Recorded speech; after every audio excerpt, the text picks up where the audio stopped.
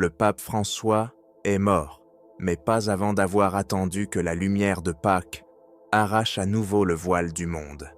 Ce n'est qu'après la résurrection, comme celui qui accomplit le dernier geste d'une écriture sacrée, qu'il laisse son âme franchir le seuil du visible. Il était mort un lundi, comme s'il disait silencieusement « Maintenant qu'il est ressuscité, je peux me reposer ». Carl Jung aurait appelé cela une synchronicité. Rumi, retournons à Amado. Nous appelons peut-être cela le sens. Vous êtes-vous déjà demandé, avec un vrai silence et une honnêteté, pourquoi certains épisodes se répètent dans votre trajectoire, comme s'ils étaient marqués dans votre histoire personnelle d'une encre invisible? Peut-être avez-vous déjà essayé de changer de ville, de métier, de cercle social, voire de langage corporel ou de style de vie. Vous vous êtes déjà promis que, cette fois, ce sera différent, que, maintenant je comprends. Mais mystérieusement, les mêmes situations reviennent, avec des visages différents, dans d'autres contextes, mais avec la même essence douloureuse, le même inconfort, le même trou dans la poitrine, le même sentiment d'impuissance, comme s'il existait un scénario caché qui insiste pour se répéter, peu importe les efforts déployés pour tourner la page. C'est comme se réveiller dans un labyrinthe, où chaque sortie mène à une entrée déguisée, et à chaque nouvelle tentative pour briser le cycle, vous revenez au même point. Ce sentiment de revivre une vieillarde histoire, même si tout autour de vous semble nouveau. Les relations commencent par des promesses et se terminent par des blessures connues. L'excitation se transforme en peur. L'excitation se transforme en sabotage. L'espoir devient silence. Vous essayez de vous justifier. C'est juste une coïncidence. C'est l'autre personne qui a fait une erreur. C'est l'univers qui me teste. Mais à un moment donné, la question murmure plus fort en vous. Et si ce qui se passe à l'extérieur n'était que le reflet de ce qui se passe à l'intérieur? Et si ces expériences étaient parmi des invitations déguisées à regarder quelque chose que vous avez évité pendant trop longtemps? Quelque chose que vous portez non seulement de l'enfance, mais peut-être des générations précédentes, absorbé inconsciemment, silencieusement, inévitablement? Il peut sembler que tout est sous votre contrôle, mais alors, pourquoi revenez-vous toujours aux mêmes lieux émotionnels? Pourquoi, alors que tout semble aller bien, un élément déclencheur, une peur, un comportement ancien apparaît-il, comme si quelqu'un en vous tirait les rênes et vous ramenait à votre point de départ? Et si la vie n'était pas contre vous, mais essayait de vous parler? Et si la répétition était un code, un symbole, un reflet profond d'une partie de vous qui aspire à la prise de conscience, à la guérison, à l'intégration? Peut-être que ce qui est répété n'est pas une punition. C'est peut-être un message. Et la vraie question n'est plus « pourquoi ça m'arrive ?», mais plutôt « qu'est-ce qui en moi attire encore cette expérience ?» Car ce n'est que lorsque vous vous interrogez profondément, lorsque vous vous permettez d'écouter ce qui résonne dans les silences de votre âme, que vous commencez à réaliser « ce qui se répète n'est pas de la malchance, c'est la langue, c'est une révélation. Ce que vous avez évité de voir en vous-même continue de revenir jusqu'à ce qu'il soit enfin adopté. » François ne voulait pas être pape, et c'est pour cette raison qu'il est devenu le plus humain d'entre eux. Il refuse les palais, se passe de bijoux, choisit la maison Santa Marta. Il troqua ses chaussures rouges contre sa boiterie, et ses yeux fatigués, plus pleins de tendresse. Son règne était une prière ambulante et sa théologie, une écoute aux heures les plus sombres de la pandémie, alors que le monde était à genoux dans la peur. Il s'est tenu, seul, devant une place vide et détrempée par la pluie, et nous a offert la phrase qui traverserait les générations. Avec Dieu, la vie ne meurt jamais. Carl Jung, l'un des plus grands noms de la psychologie des profondeurs, a dit un jour « Tant que vous ne rendez pas conscient l'inconscient, il dirigera votre vie et vous l'appellerez destin. » Cette phrase n'est pas seulement une théorie intellectuelle, c'est un miroir un portail. Cela nous met au défi d'affronter une possibilité inquiétante. Une grande partie de ce que nous appelons des choix, des décisions et des chemins n'aurait peut-être jamais été choisi pour nous. Mais que voulait dire Jung par là? Quel est cet inconscient qui contrôle silencieusement nos vies en coulisses, sans même que nous nous en rendions compte? Imaginez que vous vivez dans une maison. Et dans cette maison, il y a un sous-sol, un endroit où, depuis l'enfance, on a commencé à stocker tout ce qu'on ne savait pas gérer. Les peurs, les traumatismes, la honte, les souvenirs douloureux, les émotions interdites. Au fil du temps, vous avez oublié ce que vous y gardiez. Mais le sous-sol n'a pas disparu. C'est toujours là. Agir, influencer, façonner qui vous êtes, comment vous réagissez, qui vous choisissez d'aimer, quelles opportunités vous sabotez, quel chemin vous ne voyez même pas. Et puis, quand quelque chose ne va pas, vous dites « c'était le destin, ce n'était pas censé arriver, c'est toujours comme ça, avec moi ». Mais, et si ce n'était pas le destin? Et si c'était juste l'inconscient qui vous conduisait, basé sur de vieilles histoires auxquelles vous ne savez même pas que vous croyez encore? Jung nous prévient, ce que nous ne reconnaissons pas en nous finit par prendre le contrôle. Ce qui n'est pas éclairé par la conscience devient marionnettiste. Et vous, même avec de bonnes intentions, même avec de la volonté, finissez par devenir simplement l'acteur d'un scénario que vous n'avez jamais écrit. Cette phrase est une invitation à abandonner l'idée que tout est l'œuvre du hasard et commencer à considérer que la clé réside peut-être à l'intérieur et que ce que nous appelons le chaos destin pourrait en réalité être la répétition silencieuse d'un passé non résolu qui réclame d'être vu. La plupart de ce que nous pensons choisir consciemment ne vient pas de la conscience. Nos décisions, nos goûts, les endroits où nous allons, les personnes qui nous attirent, les cycles que nous répétons, ils portent en eux des marques qui n'ont pas toujours été écrites par nous. Nous vivons sous l'influence silencieuse de contenus inconscients, des parties de nous qui se sont formées bien avant que nous ayons conscience du monde, dans les premières années de la vie, dans les expériences de l'enfance, dans les exemples que nous avons vus, dans les douleurs que nous avons dû avaler en silence. Ce sont d'anciens traumatismes qui vibrent encore comme des échos au sein du psychisme. Ce sont des blessures non cicatrisées qui continuent de palpiter même lorsque nous prétendons qu'elles ne font plus mal. Et le plus impressionnant, ces contenus ne s'oublient pas. Ils ne se dissolvent pas avec le temps, comme on le pense. Ils restent actifs, vivants, comme des forces cachées qui façonnent nos désirs, qui modifient notre perception, qui guident nos réactions. Parfois, ce choix de carrière n'était pas motivé par la passion, mais par la peur. Cette relation n'était pas par amour, c'était par répétition. Cette amitié n'était pas due à une affinité, elle était due à un besoin. Et tout cela se produit sans que nous nous en rendions compte. Nous portons également des récits hérités, des histoires familiales, culturelles et collectives, des idées que nous avons absorbées avant même de savoir qu'elles étaient des idées, comme si elles étaient des vérités absolues. Le monde est dangereux. Il faut se sacrifier pour être aimé. Se sentir en colère, c'est mal. Se montrer vulnérable est une faiblesse. Ces croyances profondément enracinées agissent comme des filtres invisibles, déterminant ce que nous voyons, ce que nous évitons, ce que nous recherchons et ce que nous endurons. Et jusqu'à ce que nous les mettions en lumière, nous continuerons à vivre avec une illusion de liberté. Croire que nous sommes les auteurs de notre propre histoire, alors qu'en réalité, nous ne faisons qu'interpréter un scénario écrit à partir de mémoires qui n'ont jamais été revisitées.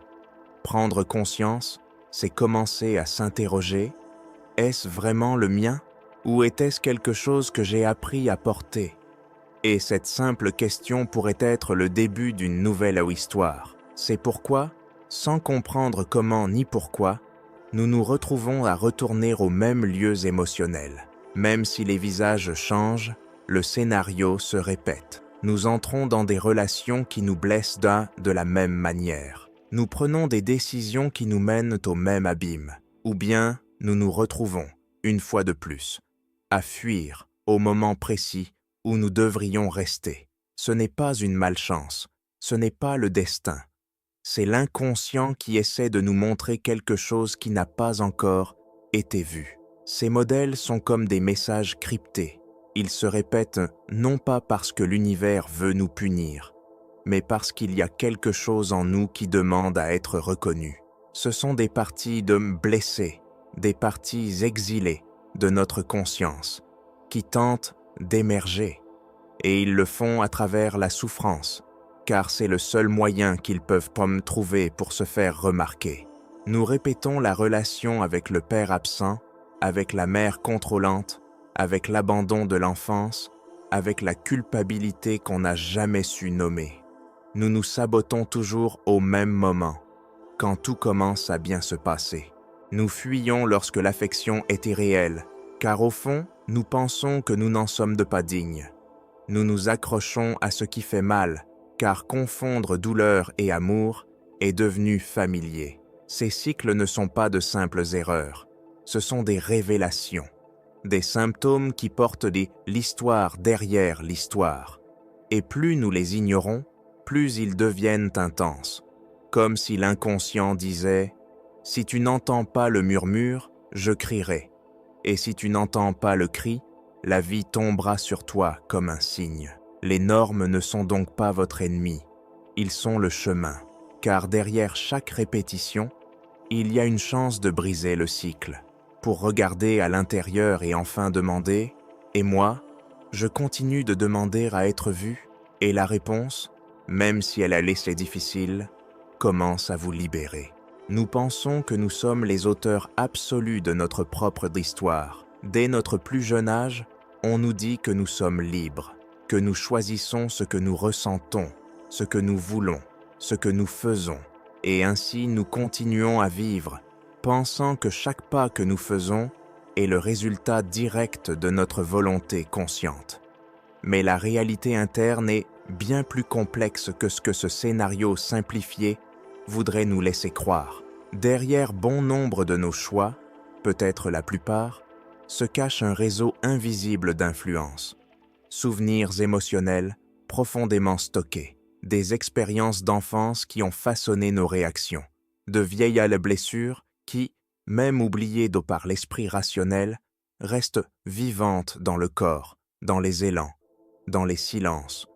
Nous pensons choisir ce partenaire, mais souvent, c'est l'enfant blessé en nous qui cherche un refuge ou qui répète un modèle familial déguisé en affinité.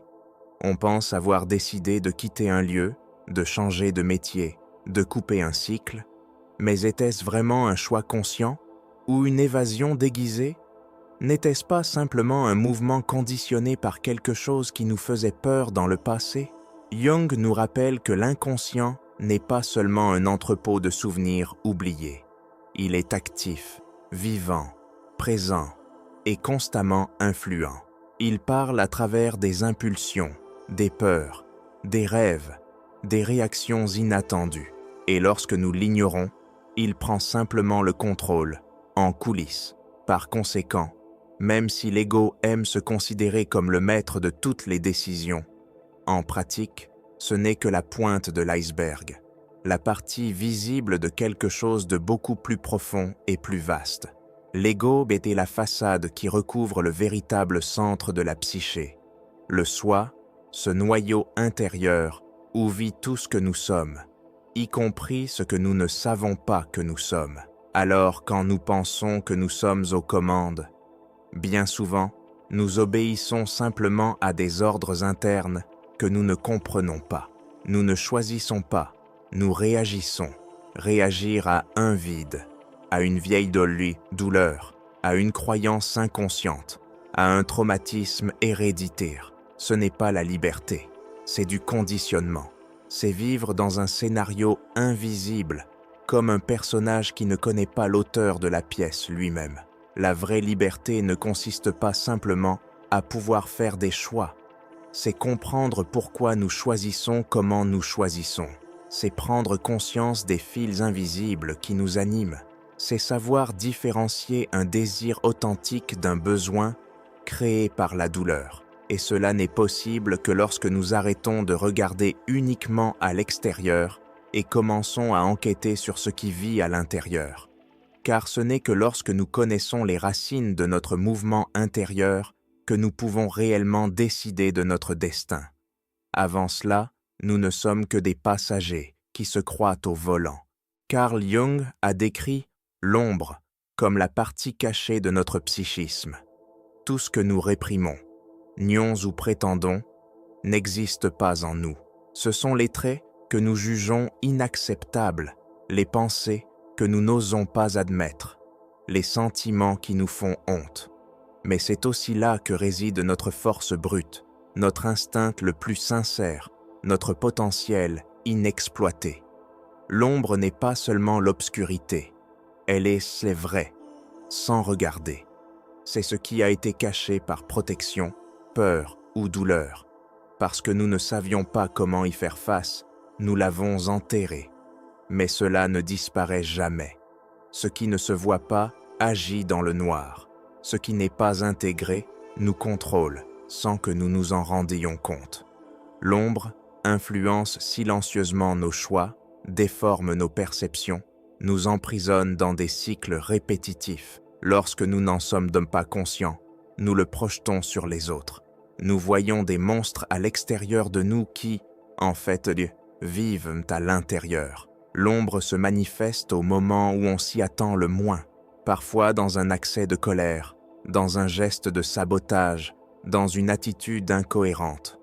Et cela se révèle aussi dans le silence, ce silence qui ne vient pas de la lâcheté, mais du besoin de se retirer pour entendre quelque chose de plus profond.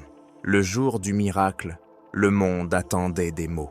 J'attendais des déclarations, des lumières, des interprétations. Mais le pape reste silencieux. Et dans ce silence, il y a peut-être eu la plus grande confrontation. Tous les miracles n'ont pas besoin d'être expliqués. Certains doivent simplement être envisagés ou digérés en interne. Francisco a peut-être compris qu'il ne s'agit pas d'offrir des réponses au monde, mais d'écouter les questions qui résonnent en lui. Son silence n'était pas une absence, c'était une présence profonde. Peut-être a-t-il ressenti le poids symbolique de cet événement et, au lieu de réagir extérieurement, s'est-il tourné vers ce qui se cachait derrière l'expérience.